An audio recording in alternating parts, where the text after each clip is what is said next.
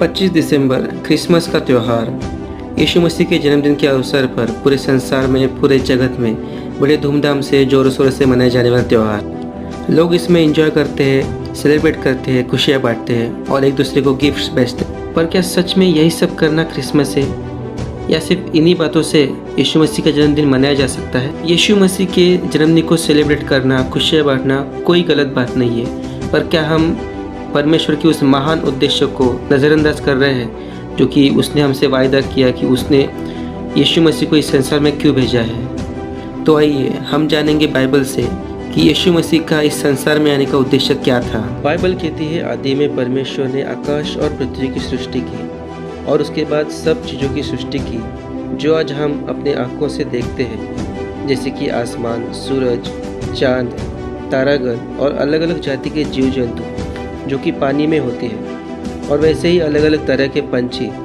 और पेड़ पौधे। और ये सब चीज़ें जो आज हम देखते हैं परमेश्वर ने अपने शब्दों से बनाया है। जैसे कि बाइबल में लिखा है कि परमेश्वर उन चीज़ों को आज्ञा देता है जो अस्तित्व में है ही नहीं, और वो चीज़ें परमेश्वर के कहे गए अनुसार बन जाती हैं। और इन सब चीज़ों के बाद परमेश्वर ने कहा कि हम मनुष्य को अपने स्वरूप के अनुसार और अपनी समानता में बनाए।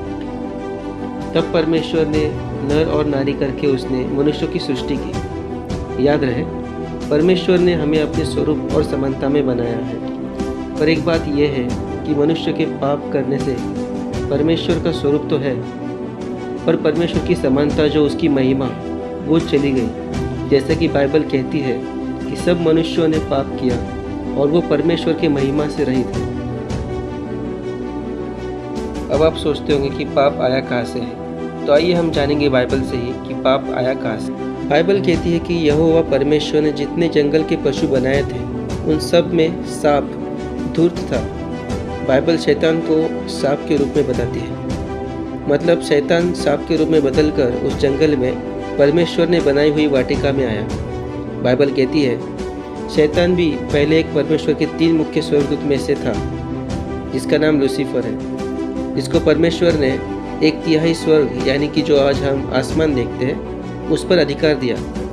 पर उस तीसरे स्वर्गदूत लूसीफर ने ये मन ही मन सोचा कि मैं परमेश्वर से भी ऊंचा होकर जा बैठूंगा, मैं मेरा सिंहासन परमेश्वर से भी ऊंचा पर लगाऊंगा। और उसी समय परमेश्वर ने ये देखा और उस तीसरे स्वर्गदूत को और उसके साथ जितने भी 1/3 स्वर्गदूत थे, परमेश्वर ने उन सबको नीचे पृथ्वी पर गिरा दिया। और परमेश्वर ने जो पुरुष जिसका नाम आदम था उसको परमेश्वर ने कहा कि इस वाटिका के सारे वृक्ष का फल तुम खा सकते हो, पर भले और बुरे के ज्ञान का जो वृक्ष है उसका फल तू कभी न खाना, क्योंकि जिस दिन तू उसका फल खाएगा उसी दिन अवश्य मर जाएगा। उसके बाद जो धूर्त सांप था वो आके स्त्री से कहने लगा, क्या सच है कि परमेश्वर ने कहा तुम इस वाटिका के किसी वृक्ष का फल ना खाना? तब स्त्री ने सांप से कहा, इस वाटिका के वृक्षों के फल हम खा सकते हैं, पर जो वृक्ष वाटिका के बीच में है उसके फल के विषय में परमेश्वर ने कहा है कि ना तुम उसको खाना और ना उसको छूना, नहीं तो मर जाओगे। तब सांप ने स्त्री से कहा, तुम निश्चय न मरोगे, वरन परमेश्वर आप जानता है कि जिस दिन तुम उसका फल खाओगे उस दिन तुम्हारी आंखें खुल जाएगी और तुम भले बुरे का ज्ञान पाकर परमेश्वर के तुल्य हो जाओगे। यहाँ पे शैतान ने स्त्री को भ्रमित किया ये झूठ कह के कि तुम परमेश्वर के तुल्य उसके समान बन जाओगे। वरन जब परमेश्वर ने इंसान की सृष्टि की तो उसने अपने स्वरूप और समानता में होकर ही की थी। तब स्त्री ने उस फल को देखा कि वो फल खाने के लिए अच्छा और देखने में मन भाऊ और बुद्धि देने के लिए चाहने योग्य भी है, तो उसने उसमें से तोड़ के खाया और अपने पति को आदम को भी खिलाया। यहाँ पे परमेश्वर ने जो आज्ञा दी थी उसको इंसान ने तोड़ा, और उसी के कारण जैसा परमेश्वर ने कहा कि तुम निश्चय मरोगे, और वैसा ही हुआ। आज्ञा तोड़ने से परमेश्वर की महिमा चली गई। जो परमेश्वर ने इंसान को कभी ना मरने वाले महिमा में और शरीर में बनाया था, वो महिमा जाने के कारण मृत्यु आई, और आज्ञा न मानने के कारण पाप की प्रभुता आई। पर परमेश्वर जो दयालु और प्रेम करने वाला है, जो शुरू में ही अंत जान लेता है, जो युगानुयुग एक सा रहने वाला परमेश्वर। उसने उस वाटिका में अपने इकलौते बेटे यीशु मसीह के बारे में घोषणा की, प्रतिज्ञा की। जैसा कि लिखा है, तब यहोवा परमेश्वर ने सांप से कहा, तूने जो यह किया, इसलिए तू सब घरेलू पशुओं और सब जंगली पशुओं से अधिक शापित है। तू पेट के बल चला करेगा और जीवन भर मिट्टी चाटता रहेगा। और मैं तेरे और इस स्त्री के बीच में और तेरे वंश और इसके वंश के बीच में बैर उत्पन्न करूँगा। वह तेरे सिर को कुचल डालेगा और तू उसकी एड़ी को डसेगा। यहाँ पे यहोवा परमेश्वर ने यीशु मसीह के लिए बताया कि वो तेरे सिर को कुचल देगा। तो यहाँ पे हम जानते हैं यीशु मसीह का जन्म होने का उद्देश्य ये था कि जो हम इंसानों ने खोया है पाप के कारण, उसे यीशु मसीह के द्वारा वापस पाए। उद्धार सिर्फ और सिर्फ यीशु मसीह के द्वारा ही है। क्या आप जानते हैं कि बाइबल में परमेश्वर के जीवित वचन में सांता क्लॉज का बिल्कुल भी जिक्र नहीं है। यह भी एक तरह से शैतान की गुमराही है जो आज दुनिया में हमें देखने मिलती है।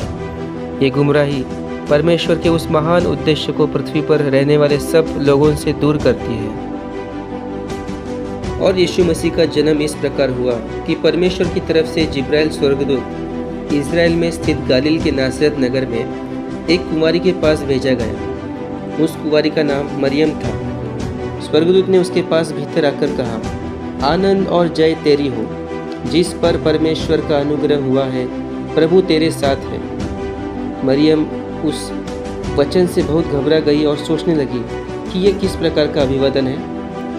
स्वर्गदूत ने उससे कहा, हे मरियम, भयभीत ना हो, क्योंकि परमेश्वर का अनुग्रह तुझ पर हुआ है। देख, तू गर्भवती होगी और तेरा एक पुत्र उत्पन्न होगा। तू उसका नाम यीशु रखना। वह महान होगा और परम प्रधान का पुत्र कहलाएगा। और प्रभु परमेश्वर उसके पिता दाऊद का सिंहासन उसको देगा, और वह याकूब के घराने पर सदा राज्य करेगा, और उसके राज्य का अंत न होगा।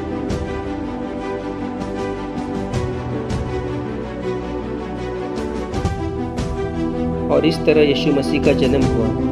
और यीशु मसीह का जो उद्देश्य था कि लोग उस शैतान से बचाए जाए जो आज तक शैतान भरमा रहा है संसार में, परमेश्वर की बनाई हुई सब चीज़ों को बिगाड़ने की कोशिश करता है। पर बाइबल कहती है कि परमेश्वर ने जगत से ऐसा प्रेम रखा कि उसने अपना इकलौता पुत्र दे दिया, ताकि जो कोई उस पर विश्वास करे वो नाश न हो परंतु अनंत जीवन पाए। बाइबल कहती है, पाप की मजदूरी मौत है, परंतु परमेश्वर का वरदान हमारे प्रभु यीशु मसीह में अनंत जीवन है। बाइबल कहती है, यीशु मसीह आप ही हमारे पापों को अपनी देह पर लिए हुए क्रूस पर चढ़ गया, जिससे हम पापों के लिए मर कर के धार्मिकता के लिए जीवन मिलता है। यीशु मसीह ने हमारे ही पापों के लिए खुद को बलिदान किया और तीसरे दिन मुर्दों में से जीवित हुए। उद्धार पाने के लिए आपको कुछ बड़ा अच्छा काम नहीं करना, क्योंकि परमेश्वर की नज़र में हम सब पापी हैं। हम हमारे कामों से उद्धार खरीद नहीं सकते। इसलिए परमेश्वर ने कहा, जो उस पर विश्वास करेगा वो नाश न होगा परंतु अनंत जीवन पाएगा। तो आइए हम उद्धार के लिए अंगीकार करें और परमेश्वर की महान योजना को हमारे जीवन में पूरी करें। आइए हम एक छोटी सी प्रार्थना करते हैं। हे स्वर्ग और पृथ्वी के परमेश्वर, मैं विश्वास करता हूँ आपने अपने पुत्र यीशु मसीह को मेरे लिए भेजा। मेरे ही पापों के कारण यीशु मसीह ने अपना बलिदान दिया और तीसरे दिन मुर्दों में से जीवित हुआ। मैं अपना जीवन आपको समर्पित करता हूँ। मेरा जीवन में आइए, आप ही मेरे उद्धार करने वाले परमेश्वर हैं। मेरे जीवन में परमेश्वर प्रभु यीशु मसीह आपकी योजना पूरी हो। इस प्रार्थना को यीशु मसीह के नाम से करता हूँ। आमीन।